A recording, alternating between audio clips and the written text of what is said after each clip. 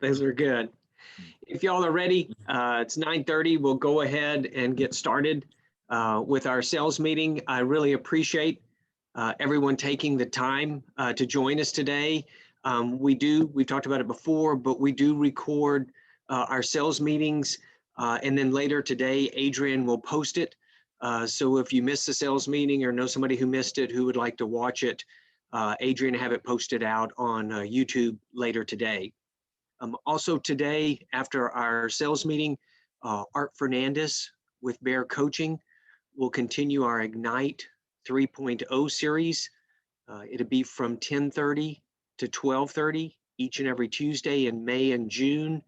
And I really appreciate Leslie West, Latricia Wyatt, and Rebecca Kelso Fernandez will be leading some of the Ignite sessions coming up.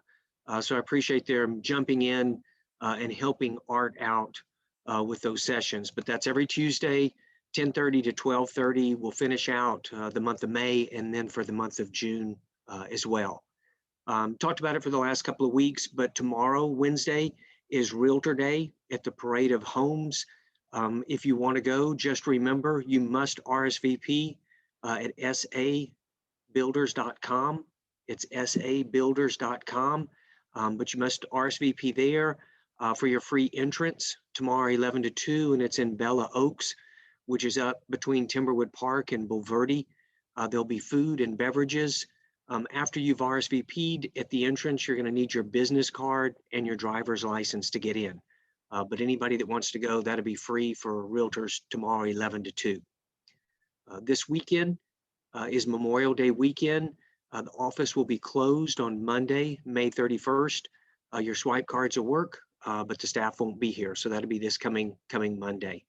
Also, Zoom Bingo is back. Your ALC committee has gotten that set up, and it'll be on June the 22nd, July the 27th, and August the 24th. We really had a great time last year. It was a lot of fun. Prizes after each round. We played 4 rounds.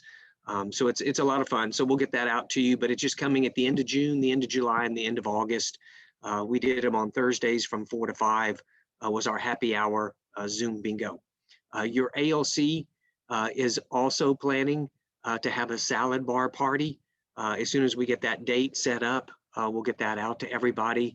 We did that a couple of years ago. That worked out really well. So we'll get that set up and probably do it in the sales meeting room or resource room or in the kitchen, but we'll get those dates out to you. Also, last week, let you know if you wanted any additional leads to let me know, and we'll get you signed up with OpCity, which is now owned by Realtor.com. They send out referrals kind of on a first come, first serve based on your level of experience and your production. Under 150,000, they charge a 30% referral fee. If it's over 150,000, the referral fee is 35%. But if you're interested in getting signed up with OpCity, if you let me know, then I send them an email and you'll get an invitation from them and fill out a questionnaire with them to get registered with OpCity. Just a reminder, when you're in the office, if you're fully vaccinated, you do not need to wear your mask.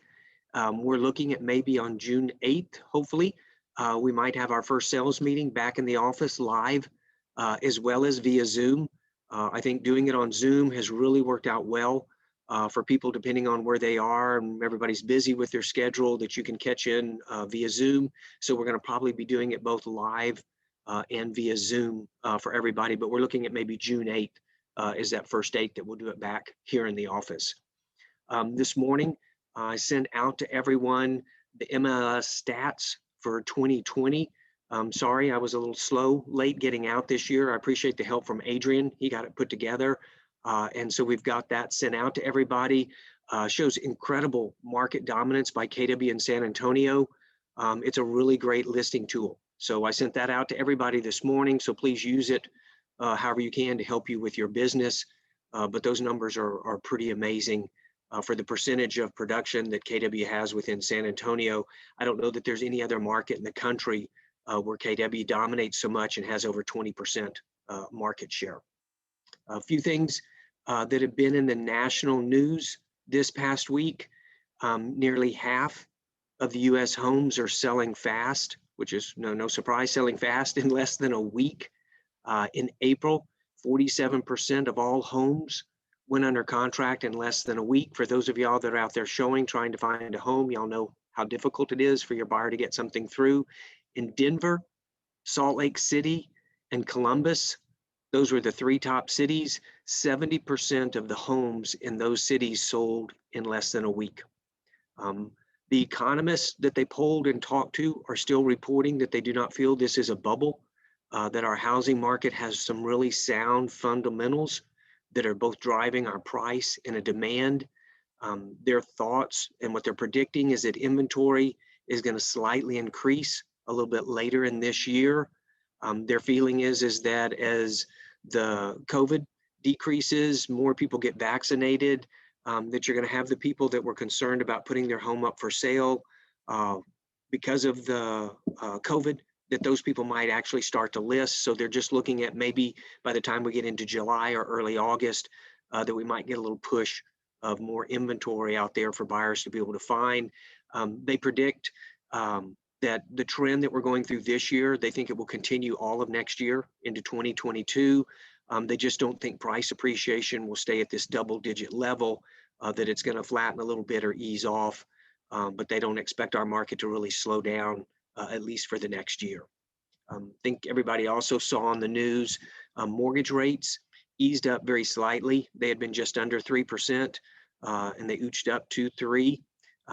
The interesting part of it was that the average mortgage application reached 411,400. It's the highest since February when we hit a record. And the average loan for a new home rose to 377,000, which is a record high for what the average loan is on a new home. And when we've talked about the different addendums and the different things that buyers can do trying to help get their offer through, NAR had a panel this past week with appraisers on it, and it was called Ask an Appraiser, which I think you've seen some of those classes floating around in San Antonio as well. They had a couple of really good ideas from this session that I just want to pass on, and we've talked about it years past, but not really recently. Number one thing they talked about was meeting the appraiser at the property, giving the appraiser a packet of information on the home, making a face-to-face, just helping to build some rapport with the appraiser. And just, they always add to it, just be nice, be nice, be nice. Don't be pushy, don't try and twist the appraiser's arm, but to at least meet there. It shows the appraiser you care about the property. And in the packet, they talked about having anything from the tax office that might be helpful. But I just think that's a good idea. I know it's hard with schedules being busy, but if you're concerned about the appraisal meeting value, you might consider at least trying to take the time, if you can, to be at the house. And if you can't be there, maybe leaving a packet on the counter. They talked about some agents giving a spreadsheet to the appraiser, showing the information about the multiple offers. If you have 20 or 30 offers on a property, that if the appraiser has that information and can see where everybody was bidding on the home, that might help them with value. Also, they talked about to remember the type of loan determines what the appraiser must do. And they talked about the different guidelines, whether it's FHA, VA, or conventional, and talked about on an FHA that the appraiser has to fulfill the lender's requirements as well as HUD's requirements. And HUD's include safety, soundness, and security requirements that they have to look at as well. VA adds in safety, soundness, and sanitary requirements. Conventional requires some true property condition. And so it's just talking about, regardless of what the financing is, there are certain conditions other than just meeting the lender's guidelines that the appraiser has to meet as well. I think I just saw somebody pop up in chat about a change in price on $1,000 for some appraisals. And yes, I think we're seeing a bump and a push in appraisal prices because of the demand and a little bit of the backlog for appraisals. A few things that were in the San Antonio news this past week. San Antonio home values are increasing at a record pace. And I know this is nothing new, but it was in the news this past week that your buyers and sellers may be looking at. We're still lower than some of the growth nationally on prices, which has always made our market popular. The typical home in San Antonio is worth $233,083. It's up about 10.4% since last April and up 1.6% over just last month in March.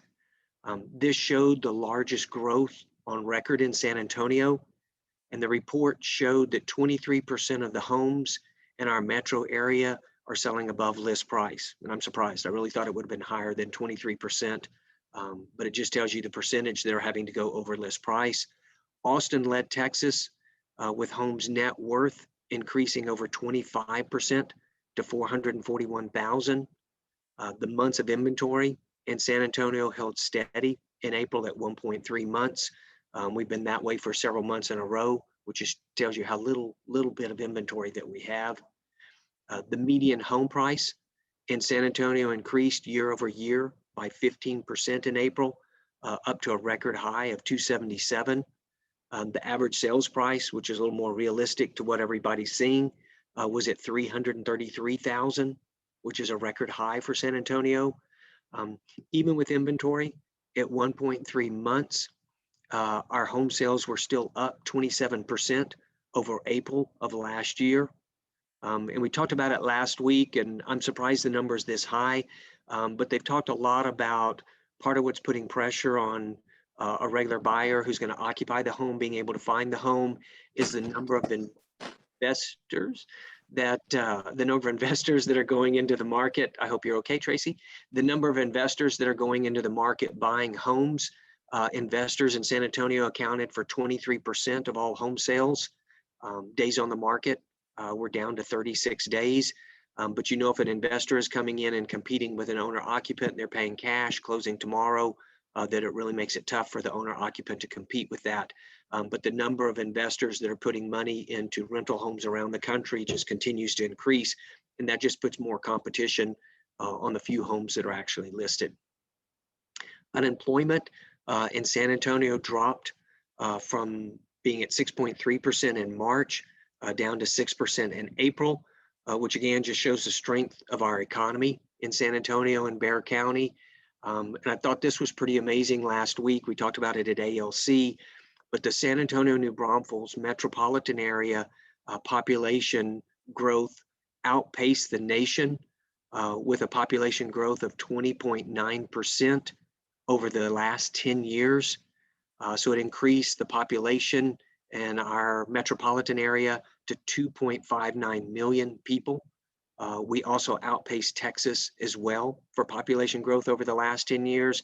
And y'all know all the stats that we've seen, talked about what the population would be in San Antonio in 2030, 2040, 2050 is just huge population growth, which is just going to put more demand on housing and rental housing as well as owner occupants. But all those numbers continue to show increases for the San Antonio, Bexar County area. I've had several agents ask me, with homes selling so quickly, getting more questions from sellers about why they're paying the commission that they're paying, with questions about, will you reduce your commission? What will you reduce your commission to? Last week, Art Fernandez shared with us kind of what he talks about in some of the classes and the training that he does. This morning, we've got 3 agents that are all strong listing agents. And so I'm going to let each of them in turn have a chance to just kind of talk about what they say when a seller asks them about reducing their commission. And then that way you can kind of pick what might work for you to have a little bit of a script or something in mind when you're on a listing appointment. The first person I've got up today is Ruth Horace. So Ruth, if you can unmute and if you'll take about a minute, just kind of let us know what you tell a seller when they ask you to reduce your commission. Thanks, Dave. One of the things that I have found very helpful when I am going on a listing appointment, and I know that's going to be a concern because they want to net the most that they can, especially in this market, I have a list of things that I do on my listing as a service. So I outline it, which includes the staging, decluttering, the CMA, professional photography, marketing, open house, because even in this market with multiple offers, there are a lot of people that will not bother their agent and want to go see the home to see if it's something they want to make an offer on, and that happens often. I mean, the last open houses I've had have had over 50 people attend. So when they ask about reducing my commission, I always compliment them on what a great financial savvy they have. However, on the list of items that I'm going to do, what would they like to remove? Because my commission covers a lot of expenses, including hours and analyzing multiple offers with a seller net sheet and a spreadsheet. And that takes about 4 to 6 hours, depending on how many offers we receive. So I always ask them, what would you like to remove from this list? And typically they'll just kind of sit back and realize that they don't want to give up anything. So we agree on the commission rate. Perfect. Great. I appreciate it very much. Next we have up Barbara Del Amo. Good morning. There have about 3 points that I always say. The first, I say, I'm sure you've heard that someone will do it for 5%. And I say, I bet if you call them right now, they'll tell you they'll do it for 4.5%. And they look at me and I say, if they are so anxious to give away their money, what are they going to do with yours? And they look at me. I say, the person that will do it for less is not the person that will get you the most. And I always say that line. And then I said, I am not a discount realtor. And I said, I am concerned with the 94%, getting you the most possible for your property and negotiating for your win. I said, by the way, I have the certified negotiation expert designation. I just throw that in because I have it. So, and I say, now let's talk about that 94%. That's great. End of conversation. And next we have up Judy Rodriguez. Maybe.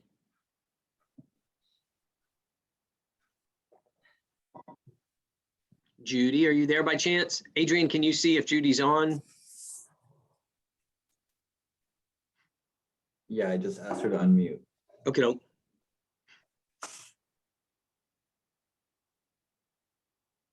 Patience is a virtue.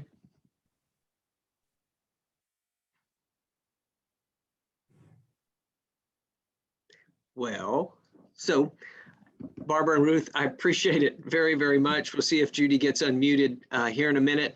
And kind of what we talked about last week when Art talked about it is that a lot of people want to ask because they feel like they need to ask, and you just have to be comfortable saying no. Because Right. As long as you respond pleasantly, hey, I understand you're asking the question, or part of what Ruth talked about with you being a savvy on your finances and being careful with them, is I think it's being pleasant about that, but no, I can't. And then moving on to the next part of it, I think where we get sometimes stuck is that we're afraid to say no, that they're then going to not want us to list the house or ask us to leave. And I think it's just being respectful of the question, appreciating the question, but no, I'm not able to reduce my commission, and moving on to like what Barbara said, let's talk about the other 94% and how we can get you the most money possible. I try and talk to people and tell them, the easy part is getting your home under contract. What you're really hiring me to do is to get you from contract to closing. That's the most difficult part of where you're hiring me, and what service you want from me is all the different hurdles we have to go through between inspections and negotiating repairs and getting the survey done and getting the appraisal done and getting documents to closing. Those are the pieces that you're really hiring me for, that getting under contract is just the first step or the easier part. But I think it's just getting comfortable with yourself saying no, and that's okay, and move on to the next part of it. So if Judy, if you get unmuted, we'll let you jump in at any time. But Ruth and Barbara, I appreciate the input and Art from last week. It just helps the more you hear people talk about how they respond to it, makes it easier for you to be able to talk to your seller when you're on a listing appointment. A few legal updates. I want to go over some questions from the last week. Really more a reminder than anything, but if you sell a home with a septic, to do a septic inspection, it has to be pumped first. And so you really need to address in the contract to make sure who's going to pay to pump it, so that then the buyer can pay for the inspection. Paragraph 7 gives the buyer the right to do all the inspections during the time that the home is under contract. But in order to do a septic inspection, you've got to pump it first. And sometimes you can get into a disagreement over who pays for that, because pumping it isn't the inspection. It benefits the property, it benefits the seller, but it's got to be done first. And pumping a septic normally costs $500 to $600. And then doing an inspection normally runs $400 to $500. So if you have a listing with a septic, you just want to make sure you're addressing that with your seller, putting it on the net sheet, or in negotiations, make sure who's going to pay for that. Also, if you're selling a property that has a well, know that the lender is going to require the water to be tested, is going to be one of the lender requirements. So you want to make sure that you're addressing that up front. And water testing on a well can run $200 to $400. So you just want the buyer to know that. You want to make sure you've got it set up to get that taken care of. So just a reminder, if you're selling a property that has a well or a septic, those are two things that you're going to have to get done as well. We've talked about it almost ad nauseum about multiple offers, but NAR this last week, when they were having some of their meetings, they put out some areas of risk to be careful in multiple offers. And the number one thing they talked about was love letters from the buyer. And all of that is really centered around fair housing, particularly now that love letters are also becoming videos from the buyer, addressing the seller and wanting them to take their offer. The fair housing issues that run into it is if I do a letter and I talk about different events or things that are located close to the house that I want to attend, whether it's church, soccer, different things, that I can put the seller in a position where they can discriminate. It's simple as saying, I really love the wide hallway so my wheelchair can fit up and down the hallway going to bedrooms. That when you put those in a love letter or in a video, that you're then putting the seller in a position where fair housing or discrimination can occur. So I encourage, it's really better not to do those letters, is what NAR is putting out now.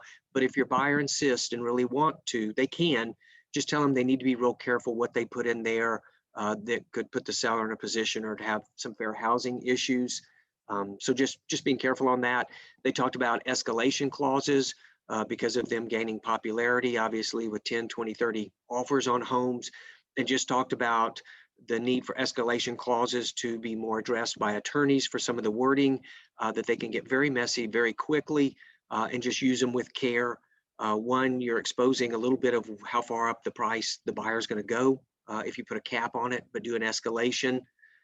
They talked about waiving contingencies, where buyers are trying to waive every single contingency there is and say, I need nothing, want nothing, mine's the cleanest offer, but lead-based paint is a federal requirement. You can't waive that. And some of the HOA documents are a requirement and have to be done by the title company. So they're just talking about, being careful on some of those items. The other part of it, which I thought is just a good heads up, we always talk about the more communication, the better, but it's preparing your seller that there may be a good chance that you're going to have multiple offers on this property, and talk about at the listing appointment, or at least when you're signing documents, how you might address when you have multiple offers. So at least they have some clue how we're going to do things, how we're going to notify everybody, if we're going to call for highest and best, just some of those steps. So at least the seller has an idea. So then when you do get into a position with multiple offers, you've already talked to your seller about it, so they kind of have a clue. But just a couple of things, trying to be careful on multiple offers. What we've also talked about in our code of ethics, if one of the multiple offers is the listing agent's, you have to disclose that to everybody else, whether they ask or not. That's a requirement. And if you're in a multiple offer situation and an agent asks you if you have other offers, you have to disclose it. And that's really the only two requirements from NAR in our code of ethics, is that you've got to disclose as ask, and then you have to tell whether ask or not if one of the buyers is yours, particularly if there's a variable rate commission based on you having the buyer, so the commission's reduced. Also builders, y'all know how backed up they are. When you know what's happened with their material cost, they're limiting the number of homes they're selling on a monthly basis. But please watch builders' contracts. They are having to add some escalation clauses into their contracts regarding a price adjustment if material cost increase from the time of going under contract to closing. And we all know that the odds are they're going to go up between when they go under contract and closing. They've started this already in Atlanta. My sister is an agent in Atlanta. She sold a new home recently, and they do a price on the contract when they go under contract, and the wording in there says 30 days before closing, they will have a meeting to adjust the price up based on material increases, and the buyer then has an option to purchase, or they can have their earnest money back and the builder will move on to the next buyer. So you just want to make sure you're asking the on-site person if the builder's contract has that escalation clause in it. I had somebody, just Mayor Molly, put down here that Scott Fielder added to the contract we signed a few weeks ago with that on escalation clause. And, you know, I sympathize both ways. My dad was a home builder for a long time. They're really getting trapped in that they're quoting a price, going under contract on a price, then they have no control over what's happening to lumber cost, and they get 30 or 60 days out, and all of a sudden lumber goes up 10, 20, 30%. They're stuck on that price, and they've gotten burned too much in the last 6 months that you're trying to find out a way to not get burned. And of course, it helps when you have a line standing at your model home. And so if the first buyer doesn't want to buy it with the escalation clause, they can go to the next, the third, the fourth, and they'll get the home sold.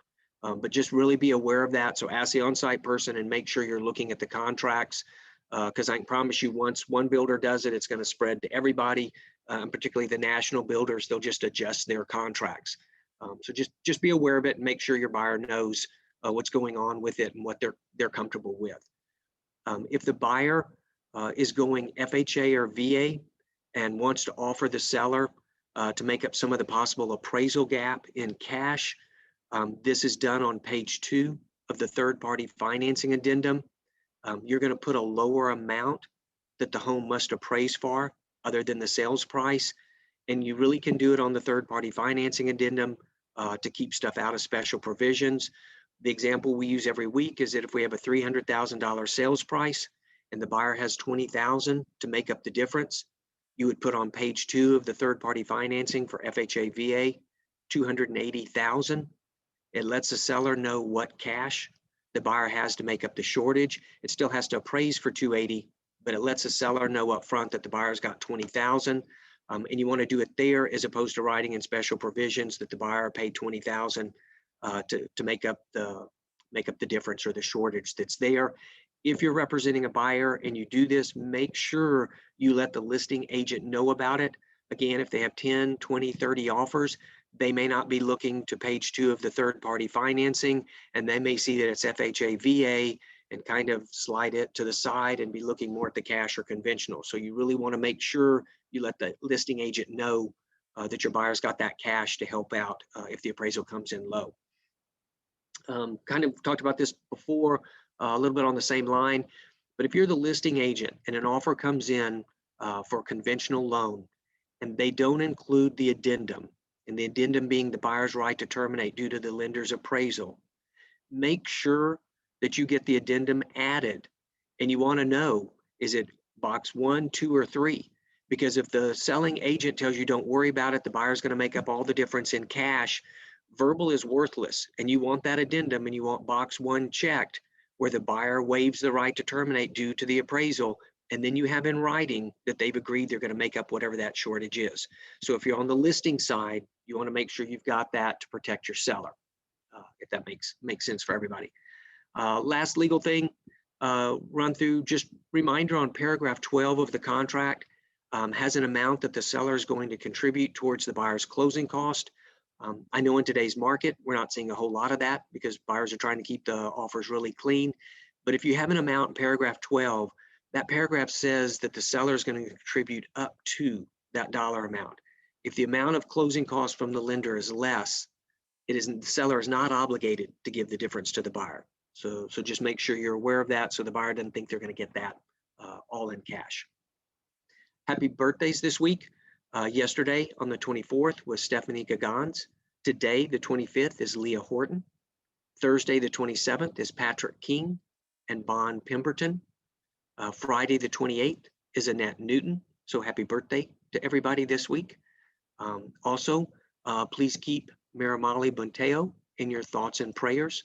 Her mom passed away last Friday morning. So again, just keep her in your thoughts and prayers. Any new listings to talk about that anybody's got? I Ruth? do. Oh, I'll get Vicky. Vicky. I'll let you go first. You came through top. Okay. I'm sorry. I actually have two that I can talk about. The first one is in Dignowity, and it is a massive home. It is very, very stately. It's a classic Georgian revival home.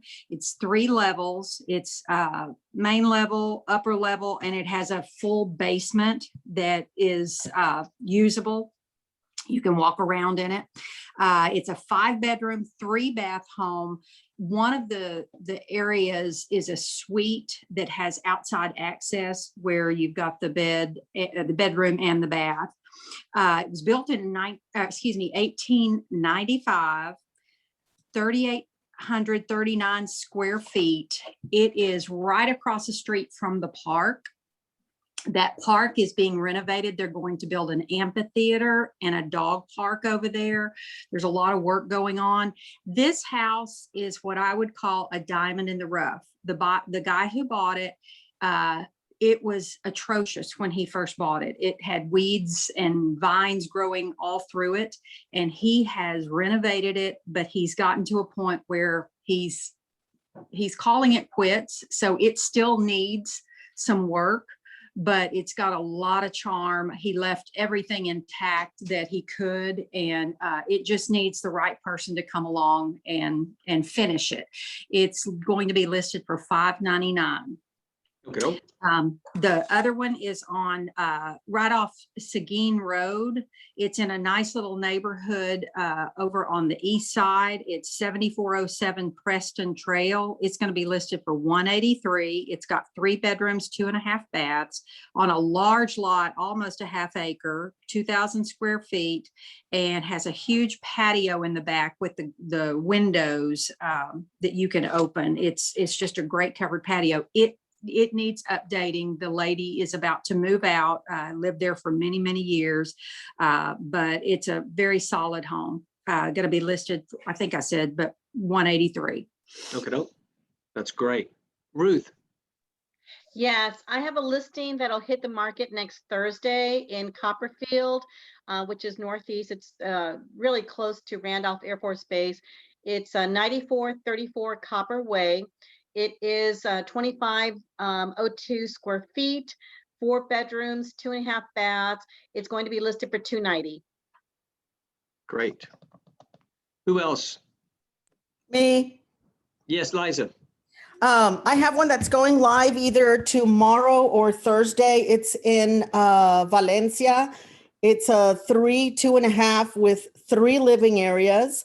And it has a pool, a rectangle, nice pool that you could do laps or whatever.